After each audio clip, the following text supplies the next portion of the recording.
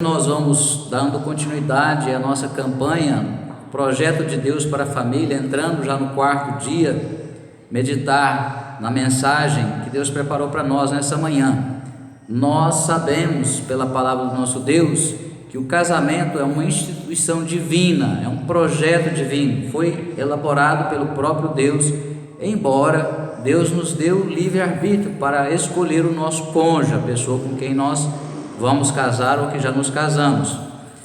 Vamos inicialmente ler em Marcos capítulo 10, Evangelho segundo Marcos capítulo 10, nós vamos ler dos versos 6 ao 9. Nós vamos recapitular alguns versículos, alguns comentários que fizemos na última mensagem para dar continuidade, fazendo uma conexão daquilo que foi falado, aquilo que nós consideramos que é mais relevante, mais importante, e dar sequência no 4º dia, nessa manhã de domingo, para a glória do nosso Deus. Nos diz assim Deus na sua palavra em Marcos 10, 6 a 9: Entretanto, no princípio da criação,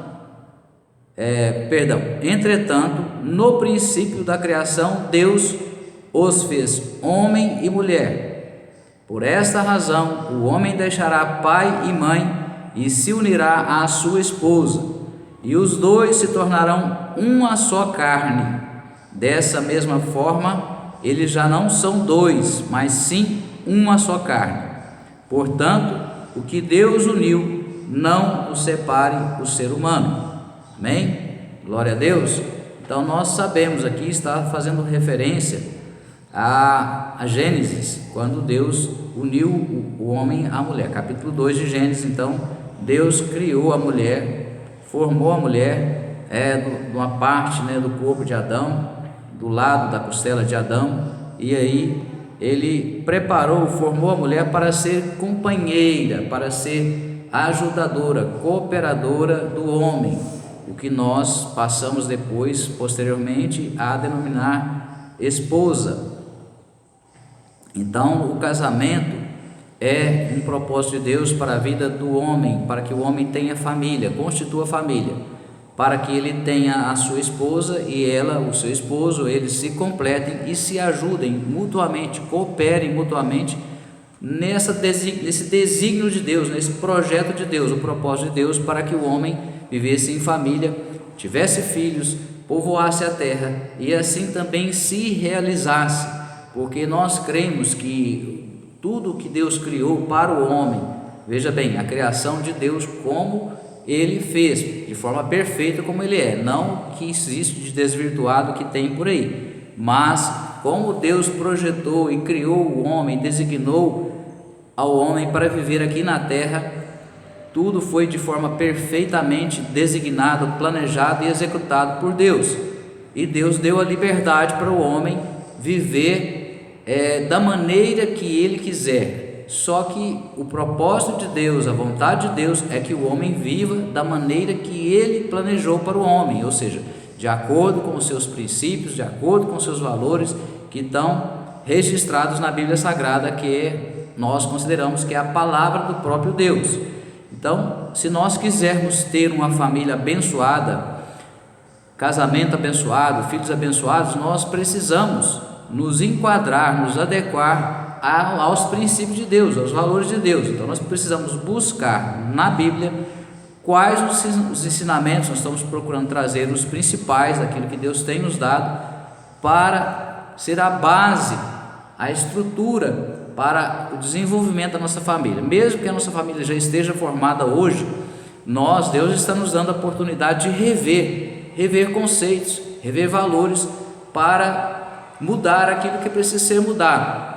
A vida do cristão é uma constante, deve ser uma constante transformação, no sentido de deixar de ver de uma maneira que não me convém como cristão, que não agrada a Deus, que está em desconformidade com a vontade dele expressa na sua palavra, e passar a viver em conformidade com o que ele quer, com o que ele designou para nós. Se nós seguirmos as orientações de Deus, os conselhos de Deus, os mandamentos de Deus, nós vamos ser abençoados por Ele, muito mais abençoados do que temos sido.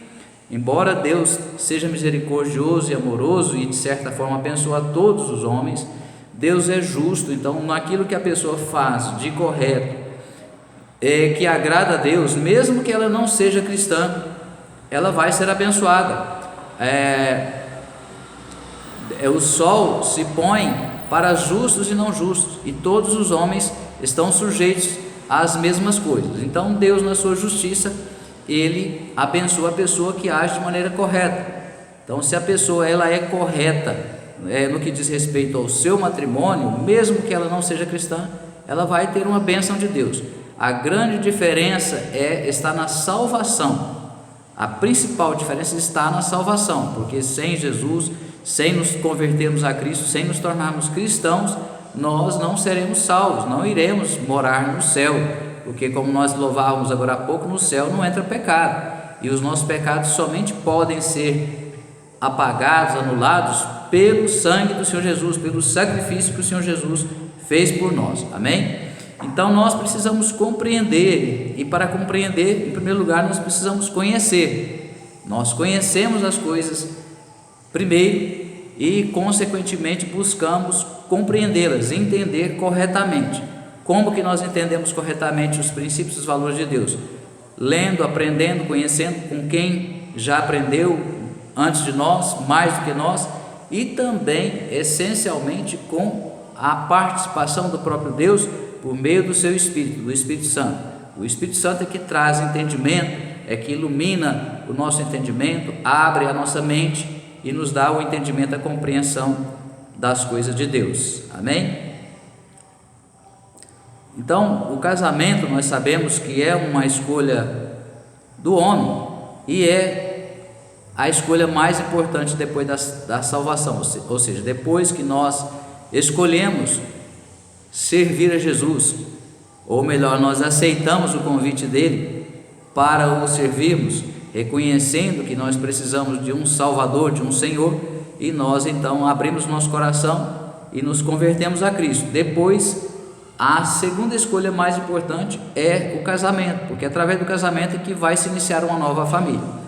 Então nós precisamos de Deus, precisamos muito de Deus para escolher, e se já escolhemos, agora precisamos de Deus para transformar esse casamento num casamento abençoado, para que a nossa família também venha a ser abençoada, ou seja, a família como um todo, não só o casal, mas os filhos, no caso deles virem também participar, serem acrescentados à família, ao casal.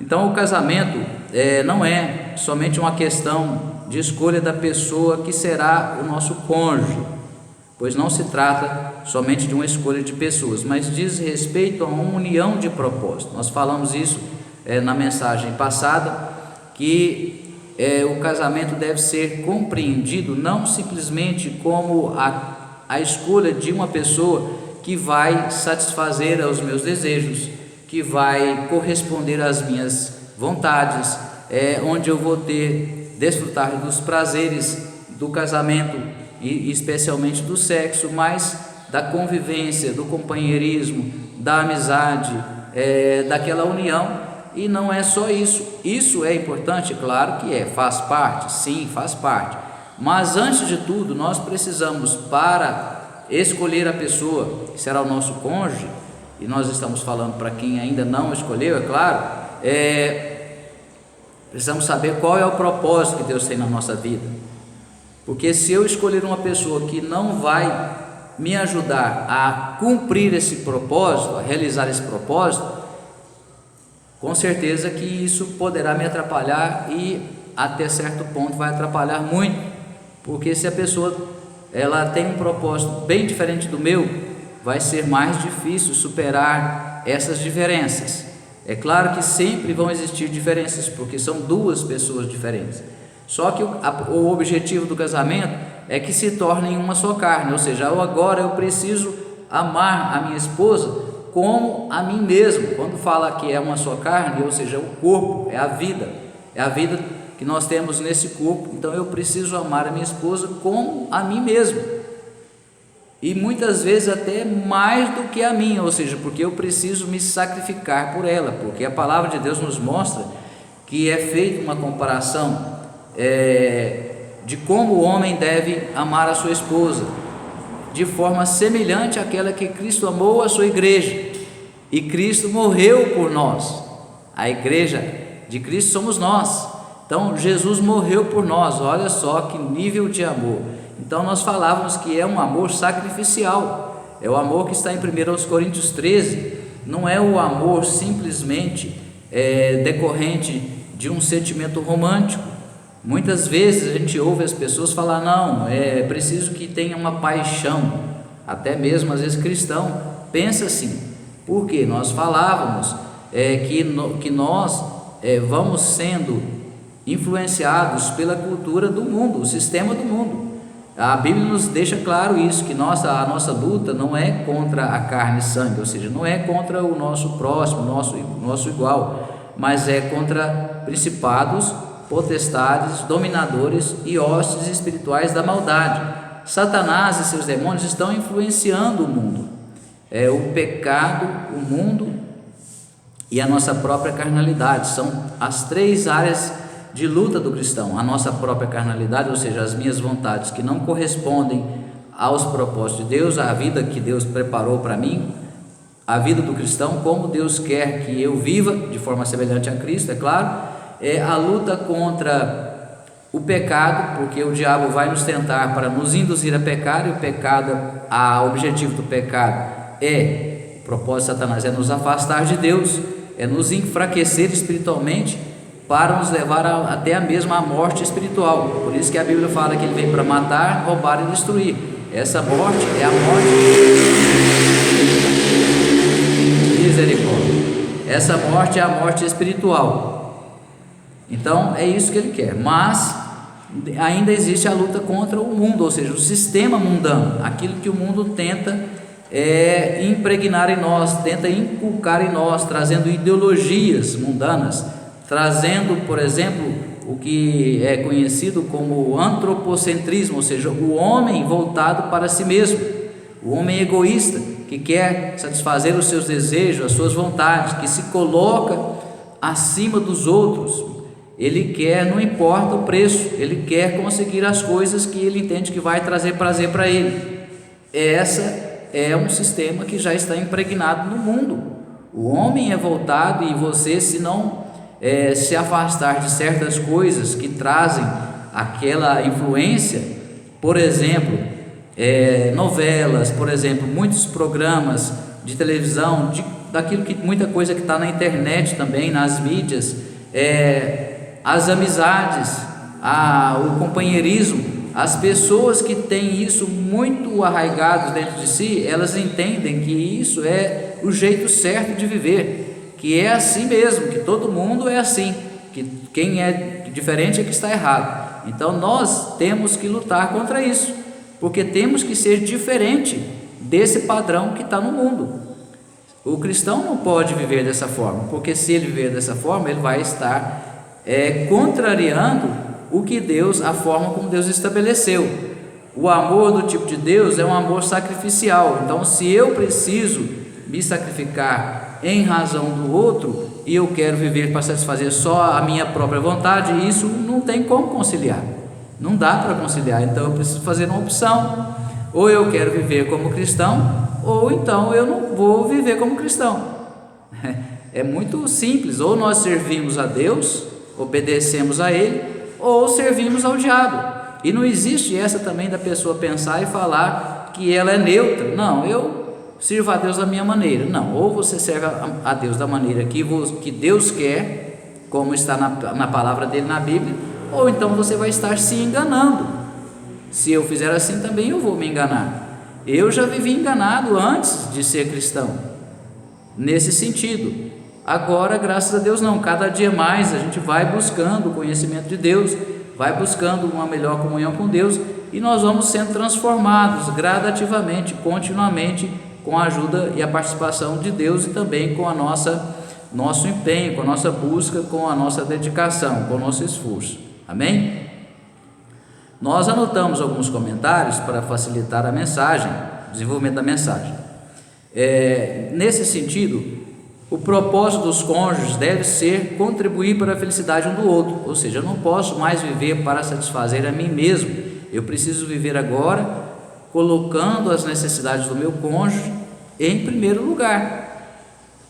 Em primeiro lugar, antes mesmo da satisfação das minhas vontades, eu preciso visar a satisfação da vontade do meu cônjuge. É claro que vontades que sejam também de acordo com os princípios e valores de Deus. Se a pessoa estiver querendo uma satisfação de uma vontade que está contrariando a vontade de Deus, claro que eu não devo buscar a satisfação de tais vontades. Nós estamos falando aqui de casais cristãos que vivem em obediência a Deus. Deus estabeleceu a humanidade sobre as bases do casamento, que Jesus elevou à dignidade de sacramento, uma graça especial para o casal viver a vida conjugal e familiar como Deus deseja. Deus deseja que os casais que se unem em matrimônio vivam em harmonia conjugal, de modo que a família e os filhos sejam felizes. Tem condição da gente viver, ser feliz num ambiente de desarmonia, de discórdias, de intriga, de desentendimento, de brigas, de dissensões?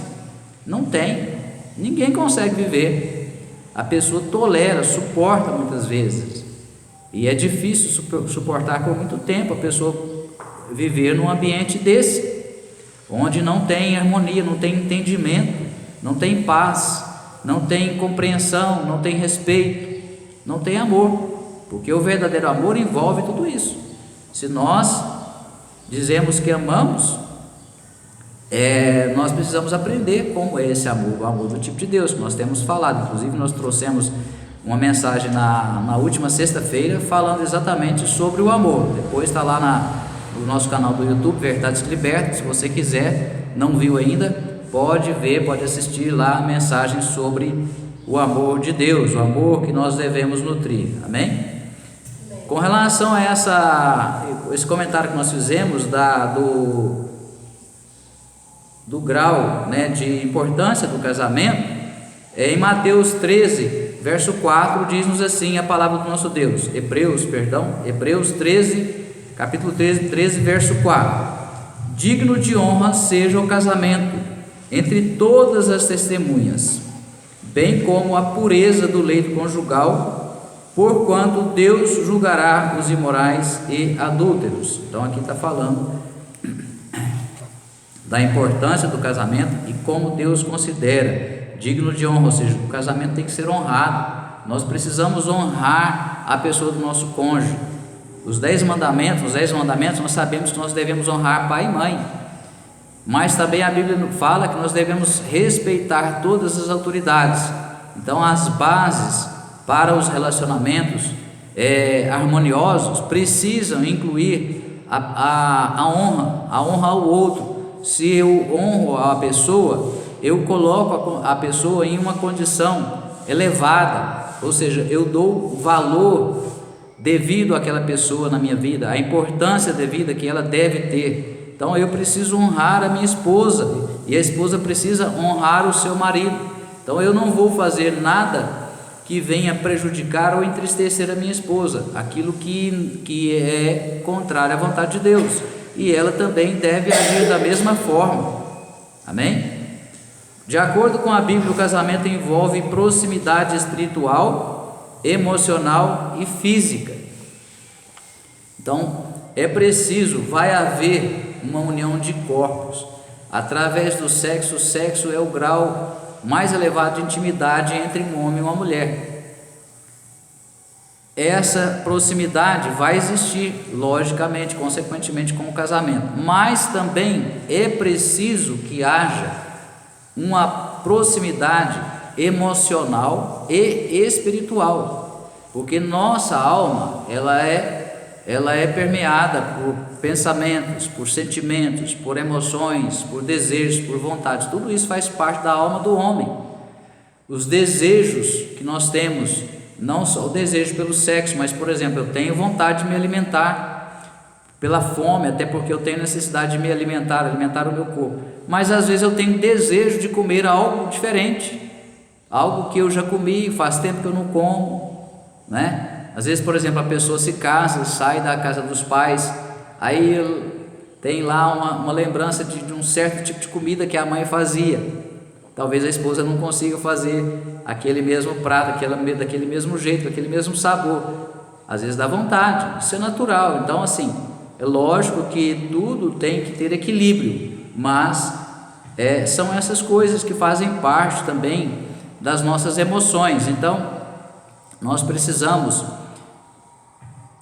se ainda não escolhemos nosso cônjuge, examinar bem esses aspectos. Tem afinidade, tem proximidade de forma de pensar, de forma das vontades, dos propósitos, em primeiro lugar o propósito de Deus. A nível espiritual, nós temos a mesma fé? A pessoa é cristã assim como eu sou cristão? Se não é, nem convém casar, porque depois vai ser difícil, vai ser uma barreira, porque às vezes um quer se aproximar mais de Deus, quer se dedicar mais a Deus, o outro não quer.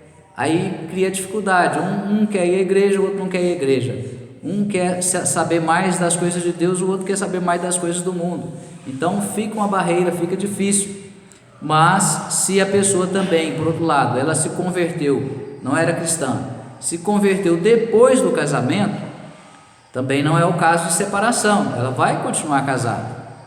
Ela vai continuar casada, vai servir a Deus e vai buscar, através da sua vida, da sua comunhão com Deus, buscar se santificar, e através da sua santificação, Deus também vai alcançar, vai constranger a pessoa do seu cônjuge. Então assim também é que deve acontecer, amém? Amém. Alguns aspectos sobre relacionados assim a novo casamento, a divórcio, esses aspectos nós vamos tratar numa outra mensagem, nós não vamos entrar muito nessa área hoje. De acordo com a Bíblia, então, o casamento depende dessa afinidade, dessa proximidade nesses três aspectos: espiritual, emocional e físico. Por quê? Porque eles vão se tornar uma só carne. Esse tornar-se uma só carne é como se criasse, formasse um novo corpo, porque os dois, é como se os dois se fundissem em um só. Então eu não posso mais tratar a minha esposa simplesmente como uma outra pessoa na minha vida. É como se fosse parte, uma extensão do meu corpo, um membro do meu corpo. Não é feita uma comparação da igreja, nós como igreja de Cristo aqui na terra, como se fossem membros do mesmo corpo. Cada pessoa sendo membro do mesmo corpo, não existe essa comparação na própria Bíblia. E Jesus é o cabeça, o líder. Então assim também acontece com o casal. O meu cônjuge é como se fosse uma extensão do meu corpo. Até mesmo se nós olharmos lá na criação, foi tirado mesmo do corpo, do lado do corpo, né? A mulher foi tirada do homem. Então agora eu preciso considerar que ela é parte do meu corpo.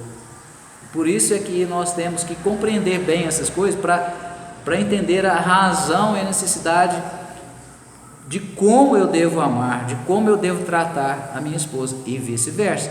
Ela também foi tirada de mim, então ela depende de mim. Para ela existir, a Eva lá no início, ela precisou sair de Adão, parte de Adão. Então agora, para a esposa se realizar, se sentir completa, ela precisa do marido.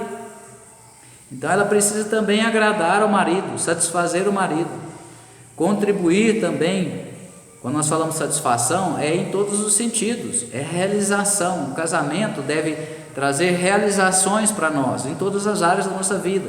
Porque a vontade de Deus é que nós tenhamos uma vida próspera, abundante, em todos os aspectos, em todos os sentidos. Então é assim que um deve considerar o outro, como parte do mesmo corpo. Alguns princípios em relação ao casamento que nós pesquisando encontramos e nós vamos compartilhar. O marido e a mulher devem ser unidos em tudo o que for possível, de acordo com os princípios e valores de Deus. Fazer tudo junto, de comum acordo. Precisa ter acordo entre as pessoas que querem caminhar juntos, senão não fica difícil. Um quer ir para um lado, outro quer ir para outro, um quer fazer uma coisa, outro quer fazer outra, não vai dar certo. Então nós precisamos entrar em acordo, ver o que é melhor para os dois, não é para um só.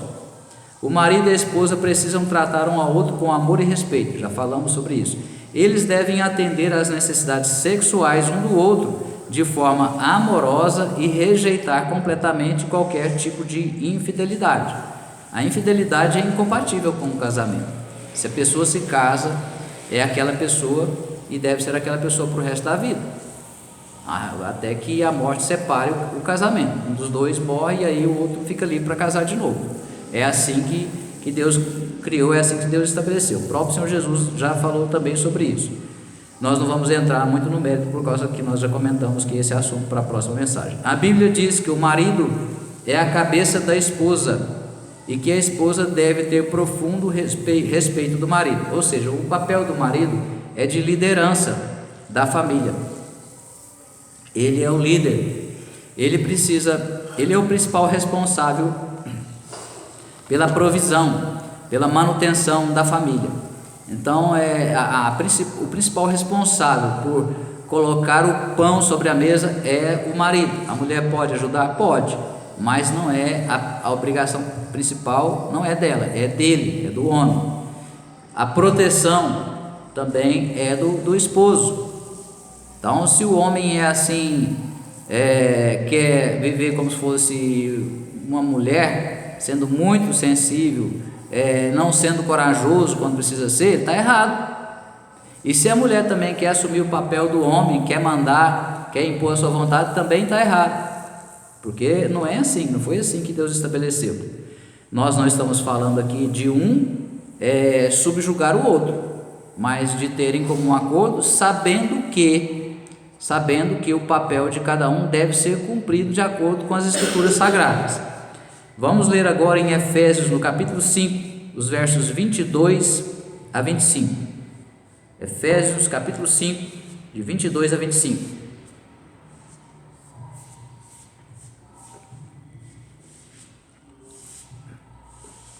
Diz-nos assim, a palavra do nosso Deus: esposas, cada uma de vós respeitai ao vosso marido, porquanto sois submissas ao Senhor. Então a submissão aqui é a Deus. Se eu sou submisso a Deus, eu tenho que respeitar o meu cônjuge, porque o marido é o cabeça da esposa, é o líder, assim como Cristo é o cabeça da igreja, é o líder, que é seu corpo. Ou seja, Cristo é o cabeça da igreja, que é seu corpo. Nós já comentamos sobre isso anteriormente, do qual ele é o Salvador.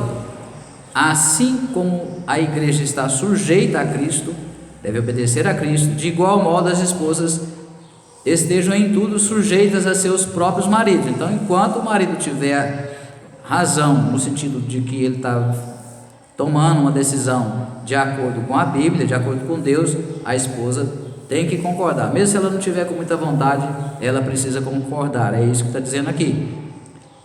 Maridos, cada um de vós amai a vossa esposa, assim como Cristo amou a sua igreja e sacrificou-se por ela. Já falamos também sobre isso, o amor sacrificial. Vamos passar agora para Efésios, ainda nesse mesmo capítulo 5. Vamos ler aqui os versos 28 a 33. Sendo assim, o marido deve amar sua esposa como ama seu próprio corpo. Quem ama sua esposa, ama a si mesmo. Então, se eu amo a mim mesmo, eu preciso amar também a minha esposa. A pessoa que não consegue amar a si mesma, ela vai ter dificuldade para amar qualquer pessoa, até a sua esposa. Pois ninguém jamais odiou o próprio corpo, antes o alimenta e dele cuida, assim como Cristo zela pela igreja. Então, se nós sabemos cuidar de nós mesmos, nos alimentar, cuidar de nós, do nosso corpo, da mesma forma nós temos condições de cuidar da nossa esposa e vice-versa. Pois somos membros do seu corpo. Por esse motivo, o homem deixará pai e mãe e se unirá à sua esposa, e os dois se tornarão uma só carne. Este é um mistério grandioso, refiro-me, contudo, à união entre Cristo e a sua igreja. Portanto, cada um de vós amai a sua esposa como a si mesmo, e a esposa trate o marido com todo o respeito. Amém? Então, aí está de acordo com a palavra, aqueles comentários que nós fizemos anteriormente. O casamento é uma aliança entre os dois cônjuges, duas pessoas, os cônjuges e Deus.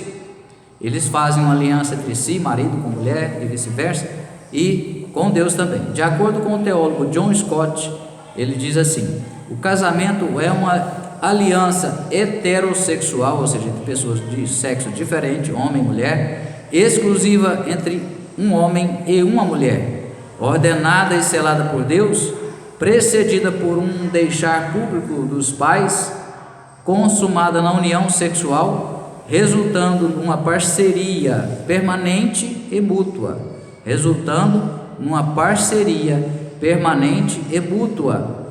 e normalmente coroada pelo dom de filhos, normalmente, porque nem sempre.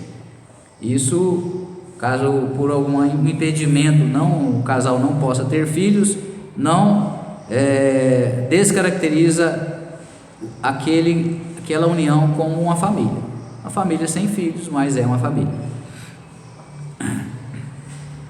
Ao esposo foi atribuído a nobre responsabilidade de ser o sacerdote do lar. Então o marido também tem, além de a responsabilidade principal de ser o provedor, é o principal responsável pela vida espiritual da família, do casal e dos filhos também, caso tenha, e de amar sua esposa de forma sacrificial e voluntária. Nós já falamos isso.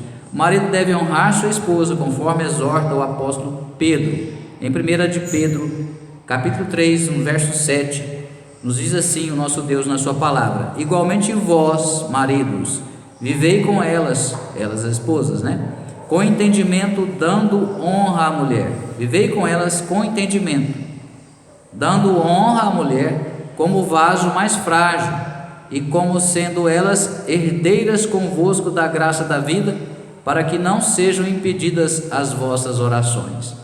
Olha só a seriedade. Se eu não estiver tratando bem a minha esposa, não estiver tratando a minha esposa dessa forma, honrando ela, considerando ela como uma parte mais frágil, e não ministrando na vida dela também, exercendo o meu papel de sacerdote, cuidando dela, a minha oração pode ser impedida. Ou seja, eu vou orar para Deus fazer alguma coisa e Deus não tenha o compromisso de me atender, porque eu estou em falha. Todas as vezes que nós vamos orar, por isso que nós precisamos pedir perdão dos nossos pecados, reconhecer os nossos pecados antes de orar a Deus. No início da nossa oração, a primeira coisa, porque se tiver algum pecado, o pecado faz separação entre nós e Deus, ou seja, por causa de algum pecado, Deus deixa de nos atender, por menor que seja o pecado. Eu falei uma palavra dura com a minha esposa, ou ela falou comigo, fiquei magoado, ou ela ficou magoada, tem que haver o perdão, senão, na hora da minha oração, Deus é como se Deus olhasse lá para mim e falasse assim: bonito, está querendo, receber a bênção, e você está aí maltratando a sua esposa, ofendendo a sua esposa, e vice-versa. Amém? Nosso foco principal na relação conjugal jamais deveria ser os nossos direitos.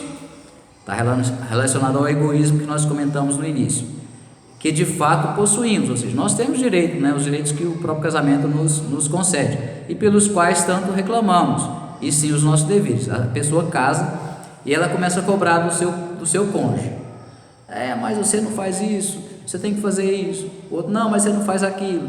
E aí começa a cobrança: não, mas eu não faço isso porque você não faz aquilo. Não vai dar certo, não vai dar certo. Os nossos relacionamentos, para serem bons, de boa qualidade, para serem abençoados, nós precisamos ter as bases, os princípios de Deus, nos comportarmos como cristãos verdadeiramente e aprendermos a adquirir sabedoria, buscar sabedoria, adquirir sabedoria para lidar com os pequenos problemas. Se a gente não cuidar e não começar a resolver da maneira correta os pequenos problemas do dia a dia, esses pequenos problemas vão tomando proporção, vão se acumulando e vão desgastando o relacionamento. E isso pode ser entre marido e mulher, ou entre quaisquer pessoas, entre amigos, entre pais e filhos, entre colegas. É isso que vai acontecer se a gente não cuidar. Então, Lógico, a gente percebe pela reação do outro, pelo comportamento do outro, que fez alguma coisa. E às vezes pode acontecer da gente fazer alguma coisa, porque as mulheres são mais sensíveis, né, do que os homens, são mais emotivas, por isso que fala que elas são a parte mais frágil. Às vezes nós podemos fazer ou deixar de fazer alguma coisa sem ter consciência. Aí a mulher fica meio bicuda, né? Fica assim meio... já não tem aquele mesmo carinho, né, que estava tendo. Então, pela reação da pessoa, você sabe que tem alguma coisa errada. Então, vamos sentar, vamos conversar. O que aconteceu? Eu fiz alguma coisa, né? E aí, vamos resolver. Se acontecer de ficar irado, a Bíblia nos orienta que nós não devemos deixar o sol se pôr sobre a nossa ira. Ou seja, pode acontecer de eu ficar tão nervoso com alguém, quem sabe até com um com o outro, não convém, mas pode acontecer. Então nós não podemos deixar que o dia termine sem orar. Primeiro orar, porque se já tem um problema ali, aconteceu um problema, antes de qualquer coisa eu preciso buscar a ajuda de Deus, amém? A gente precisa de Deus para tudo, para começar o dia, durante o dia, para terminar o dia. Nós precisamos de Deus a todo momento, mas como preparação, a nossa oração, nós chamamos de devocional, é aquele período que nós devemos ter, especialmente no início do dia, ou se não no início, no último, ou no final do dia, para a preparação. A oração, ela produz a preparação do dia seguinte, ou daquele dia que vai iniciar, de tudo que vai acontecer ali. Nós estamos pedindo a ajuda de Deus, pedindo que Deus esteja conosco, que participe conosco, que nos capacite, que nos proteja, que nos abençoe. Agora, depois que já aconteceu algum problema, e aí estamos falando de alguma discórdia, mas pode ser qualquer problema, nós precisamos ainda mais de Deus para nos ajudar a solucionar o problema. Normalmente, quando acontece algum problema, tem alguma culpa nossa. Tem alguma culpa nossa. A causa do problema não começou com Deus, começou conosco mesmo. Então aí nós precisamos mais ainda da ajuda de Deus para resolver o problema, amém? Precisamos viver em função dos nossos cônjuges, não em função de nós mesmos. Falamos já sobre isso. O problema de muitos é que eles entram no matrimônio atrás de um nível de realização que desejam mais para si mesmos do que para o seu companheiro da aliança. Aí vai ser um problema realmente sério. Se cada um dos cônjuges procurar a felicidade do outro, então ambos serão realizados. Porém, se cada um buscar apenas a sua própria felicidade e realização, o seu relacionamento desmoronará e só restará decepção e tristeza. Ao entrar na aliança matrimonial, cada um deve estar ciente da necessidade de morrer para si mesmo e procurar agradar o seu cônjuge. Morrer para si mesmo naquilo que é uma postura imprópria, né? Um egoísmo, por exemplo. É uma instituição bíblica muito clara: ninguém busque o proveito próprio, antes cada um o de outro. Em 1 Coríntios 10, 24, tá? Então o princípio sobre isso que nós falamos agora, por último: ninguém busque o proveito próprio, antes cada um o de outro. Ou seja, eu preciso ninguém. Aí quando fala ninguém, é ninguém mesmo. Eu não devo buscar o meu próprio interesse, meu próprio proveito, eu devo buscar o interesse do outro. Se é em relação, na minha posição de marido, é de buscar o interesse da minha esposa. Se é na minha relação com os meus pais, é de buscar, em primeiro lugar, o interesse dos meus pais. Se é em relação aos meus filhos, da mesma forma. É claro que cada um no seu devido papel, né? Os pais, a título de buscar o interesse dos filhos, não podem mimar os filhos, fazer aquilo que não deve ser feito, né? Fazer além do que é necessário, porque eu preciso abençoar os meus filhos em todos os sentidos, inclusive o principal é de instruí-los, de prepará-los enquanto são crianças para a vida adulta, para que eles sejam pessoas de princípios e valores cristãos, para que eles venham também a se tornar independentes, que eles saibam caminhar pelas suas próprias pernas e não ficar eternamente dependentes dos pais. Em Filipenses Filipenses capítulo 2, verso 4, diz assim, a palavra do nosso Deus: não tenha cada um em vista o que é propriamente seu, senão também cada qual o que é dos outros. É na mesma linha de raciocínio aí que nós estávamos comentando. Na Nova Tradução da Linguagem de hoje, diz-nos assim, essa mesma passagem: que ninguém procure somente os seus próprios interesses, mas também dos outros. Ou seja, eu posso e devo buscar os meus interesses. Quais interesses? Aqueles que são lícitos, aqueles que são aprovados por Deus, porque eu também preciso investir no meu próprio crescimento, no meu próprio desenvolvimento. Eu não vou deixar, não é viver só em função do outro, eu vou viver em função de mim, naquilo que eu preciso, como homem, como cristão, mas também visar o interesse dos outros, e não colocar os meus acima dos outros. É esse que é o princípio do cristão. A mentalidade correta de cada cônjuge deveria ser a de servir e não de ser servido. Em Atos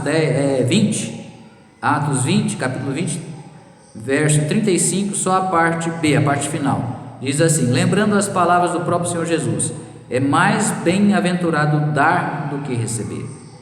Então, é melhor dar do que receber. Esse é um princípio de Deus. Então, quando eu me dou para as pessoas, eu vou receber de Deus a recompensa. Amém? Se esse princípio de buscar altruisticamente o interesse dos outros e não egoisticamente o nosso próprio já deveria estar presente em qualquer relacionamento de um cristão, o que não dizer no seu relacionamento mais importante, que é o conjugal? Ou seja, esse é o princípio que deve ser aplicado no relacionamento entre iguais, entre irmãos, independente se é cônjuge ou não. Então, se é um princípio cristão para o nosso relacionamento com todas as pessoas, muito mais ainda ele deve ser considerado e aplicado na vida do casal. O dever de cada cônjuge é viver para amar, agradar, servir e promover a felicidade do outro. Olha só, o dever de cada cônjuge é viver para amar, agradar, servir e promover a felicidade do outro. Precisamos olhar para os deveres do matrimônio sobre este prisma. Então, os deveres devem ser considerados dessa maneira, com este olhar, com esse enfoque. Procure focar a sua parte e ore, e até peça gentilmente para que o seu cônjuge faça o mesmo. Em 1 Coríntios 7, no verso 3, capítulo 7, verso 3, diz assim: o marido deve cumprir seus deveres conjugais para com sua esposa e da mesma forma a esposa para com o seu marido. Então, ambos devem cumprir os seus deveres conjugais, que é o que nós falamos agora. Nós devemos dar ênfase no cumprimento dos nossos deveres, porque se a gente for ficar olhando para o que o outro tem que fazer, eu deixo de fazer o que eu devo fazer. E se eu dou o exemplo, eu ainda mais na parte, especialmente o homem, que é o sacerdote, que é o líder, se eu faço isso, o próprio amor, eu faço isso com amor, esse amor vai constranger a pessoa, porque eu estou agindo com o amor do tipo de Deus, um amor semelhante ao que Deus tem. Então o amor de Deus nos constrange, isso é bíblico. Então nós podemos fazer e orar se for necessário, ou sempre é necessário, melhor dizendo, e aguardar que Deus, o próprio Deus, vai constranger a pessoa e levar a ela, fazer com que ela reconheça que ela também precisa corresponder. O padrão divino para os relacionamentos está claramente revelado na Bíblia. Eu não exijo dos outros aquilo que desejo para mim mesmo. Então não posso cobrar, exigir das pessoas aquilo que eu desejo para mim mesmo. Eu primeiramente ofereço aos outros. Então primeiro eu ofereço, eu dou aquilo que eu desejo receber, e então, como consequência, eu mesmo recebo de volta o que dei, é o que nós falamos agora. Foi o que o Senhor Jesus nos ensinou a fazer. Em Mateus 7,12 diz assim: tudo quanto, pois, quereis que os homens vos façam, assim fazei-o vós também a eles, porque esta é a lei e os profetas. A expressão máxima do amor verdadeiro é essa: tudo quanto, pois, quereis que os homens vos façam, que eu quero que as pessoas façam por mim, ou para mim, assim fazei vós, ou seja, eu devo fazer também a eles, porque esta é a lei e os profetas, ou seja, o cumprimento de toda a lei e os profetas se baseia no verdadeiro amor. Foi o que Jesus falou: amar a Deus sobre todas as coisas e ao nosso próximo como a nós mesmos. E aí é colocar isso em prática, amém? E aqui nós caminhando já para finalizar a mensagem de hoje, vamos ler aqui 5 principais deveres do marido para procurar agradar e fazer feliz sua mulher. ser o cabeça do lar, amar sua esposa, ser o amante da sua esposa, ou seja, dar prazer sexual para ela, ser o provedor do lar, da família, e ser o protetor. Nós já comentamos isso ao início. Em 1 Coríntios, capítulo 11, verso 3, 1 Coríntios 11, 3 diz assim: quero, entretanto, que saibais ser Cristo o cabeça de todo homem, e o homem o cabeça da mulher, e Deus o cabeça de Cristo. Ser o cabeça do lar envolve conduzir não apenas as questões naturais da vida familiar, mas também e principalmente o governo espiritual do lar, conforme nós já falamos. O amor também tem a ver com a atitude de respeitar, de tratar bem. Colossenses, no capítulo 3, verso 19, diz assim: maridos, amai as vossas mulheres e não as trateis asperamente. Olha aí, não posso tratar com aspereza, né? Ser grosso, ser duro com a minha esposa, porque ela é mais frágil, ela é mais sensível, e ela vai ficar triste com isso, e isso prejudica o relacionamento. Ainda em 1 Coríntios, no capítulo 7, que nós lemos anteriormente, agora vamos ler os versos 3 e 4. O marido, nós lemos 1 Coríntios 11, né? Perdão, é 1 Coríntios agora 7, 3 e 4. Marido, conceda à esposa o que lhe é devido. Marido, conceda à esposa o que lhe é devido. E também, semelhantemente, a esposa ao seu marido. A mulher não tem poder sobre o seu próprio corpo, e sim o marido. E também, semelhantemente, o marido não tem poder sobre o seu próprio corpo, e sim a mulher. Um deve focar, se dedicar a satisfazer sexualmente o outro. Eu tenho que me empenhar para dar prazer para minha mulher na área sexual, e ela tem que fazer o mesmo em relação a mim. O homem deve ser o provedor das necessidades da mulher e de toda a sua casa. Em Efésios, no capítulo 5, versos 28 a 30, diz assim: assim também os maridos, nós até já lemos, né? Mas vamos repetir. Assim também os maridos devem amar a sua mulher como ao próprio corpo. Quem ama a esposa, a si mesmo se ama, porque ninguém jamais odiou a própria carne.